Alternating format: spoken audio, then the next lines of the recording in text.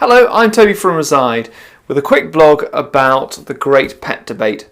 There's been some discussion for a while now about whether pets should be permitted across all tenancies or whether this should be left to the discretion of the landlord as it currently is. Now, with the pandemic and the lockdown, there's been a surge of demand for pets at home, for greater companionship and company. Completely understandable. At the moment, it's entirely at the discretion of the landlord as to whether they wish to accept a pet into the property.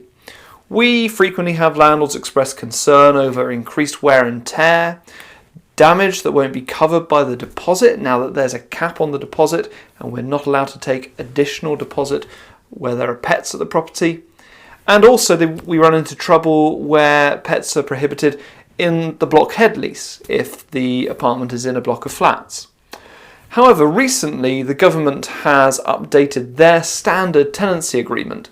Now, it's not compulsory to use the government's tenancy agreement. We at Reside don't. We use the Arla Property Mark tenancy agreement. However, it gives us a good indication as to the government's thinking and that this may be something that they look at soon, because in their standard tenancy agreement they have now made it much more possible for a tenant to request a pet from their landlord and a lot harder for a landlord to reject that request. I've got their updated wording with me here, and it gives us some insight as to the government's stance on this, and if they were to review this and put something into law, where they would go with it. Here's their new wording. So the clause in their tenancy agreement says, a tenant must seek the prior written consent of the landlord should they wish to keep pets or other animals at the property. A landlord must not unreasonably withhold or delay a written request from a tenant without considering the request on its own merits. The landlord should accept such a request where they are satisfied the tenant is a responsible pet owner and the pet is of a kind that is suitable in relation to the nature of the premises at which it will be kept. Consent is deemed to be granted unless the written request is turned down by a landlord with good reason in writing within 28 days of receiving the request. Now, there's some scope for interpretation here, such as what would be a good reason to turn down this request. Below this clause in the government's tenancy agreement, there's a guidance note, which said this clause prohibits a landlord from exercising a blanket ban on pets.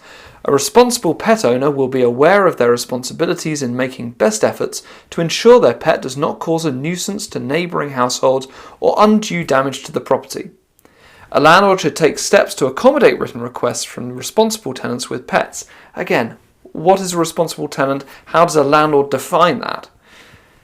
They should only turn down a request in writing within a 28-day period if there is a good reason to do so. There's no clarification as to what would be a good reason except for the following, such as large pets in smaller properties or flats, or otherwise properties where having a pet could be impractical. Again, these things are open to interpretation and definition.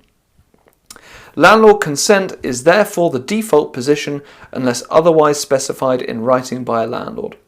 So it does appear that in future the onus could be very much on the landlord to justify why they don't wish to have a pet. And if they can't do that in a legitimate way, then it will be deemed that permission has been granted to the tenant to keep a pet in the property. And this document does double down on the fact that landlords cannot request an additional deposit from the tenant for keeping a pet in the property if that additional deposit takes the total amount over the 5-week cap that's permitted on deposits. As I say, this isn't currently written into law, but it does give us an indication as to what could be coming further down the line.